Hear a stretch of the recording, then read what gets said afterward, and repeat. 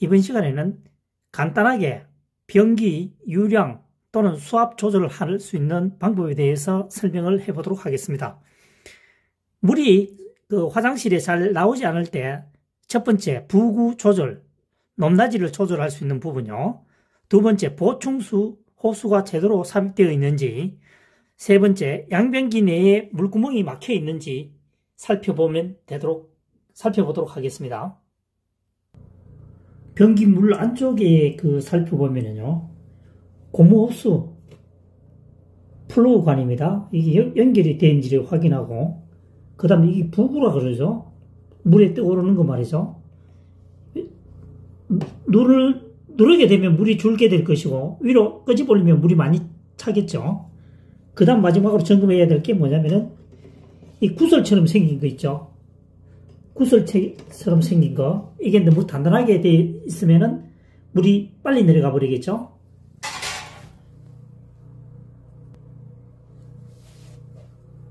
화장실에 있는 게 보면 이제 마지막에 변기 내려가는 구멍 반대편에 구멍이 있죠. 여기에 구멍이 있는 것이 아니고 측면에 있습니다. 측면에 손으로 만져보면 구멍이 크게 있는 부분이 있습니다. 안쪽에 물이 이렇게 내려오죠. 그 부분입니다. 확인해 보면 되겠습니다. 뚫어줘야 되겠죠. 다시 한번 설명해 보면요.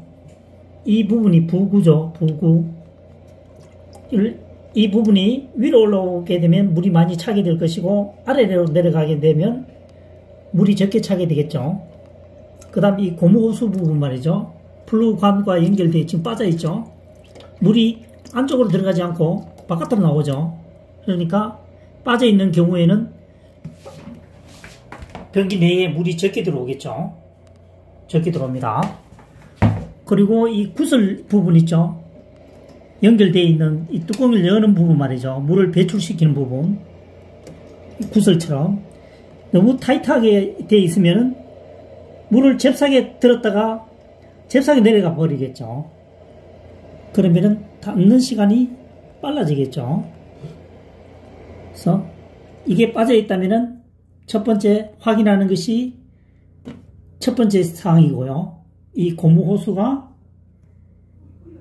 오버플로우관에 이게 제대로 연결되어 있는가, 빠진 경우가 상당히 많습니다. 이게 만지다 보면 이 부분을 첫 번째 확인을 해야 되고요.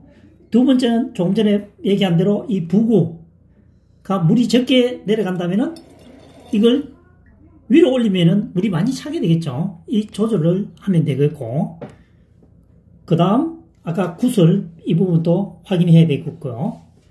그 다음 마지막으로 이 구멍 부분 앞에 있는 구멍이 있는 경우가 있겠죠. 여기서 앞을 뚫거나 여기가 없으면은 분명히 구멍이 하나 있습니다.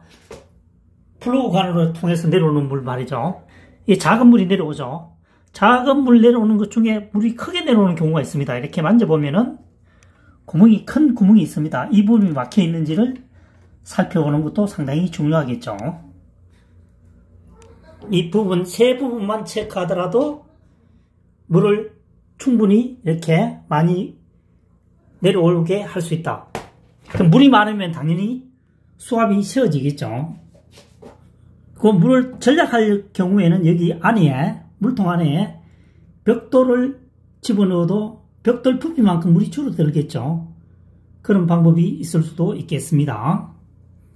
이번 시간에는 물이 잘 내려가지 않을 경우 체크해야 되는 부분, 첫 번째 고무호수가 빠졌는가, 두 번째는 부구가 만약에 이 차에 있는 물이 맞죠. 적으면은 이 부구를 위로 올려 당기면 되겠죠. 그 다음 이 구슬 부분을 조절해 보면 또 되겠죠. 그리고 마지막으로 아까 조금 전에 지적한 대로 구멍, 변기 내려가는 구멍 외에 보통 맞은편에 이 작은 구멍이 있습니다. 그 부분이 막혔다고 하면은 우리가 가장 많이 볼 수 있는 게 뭡니까? 이거죠.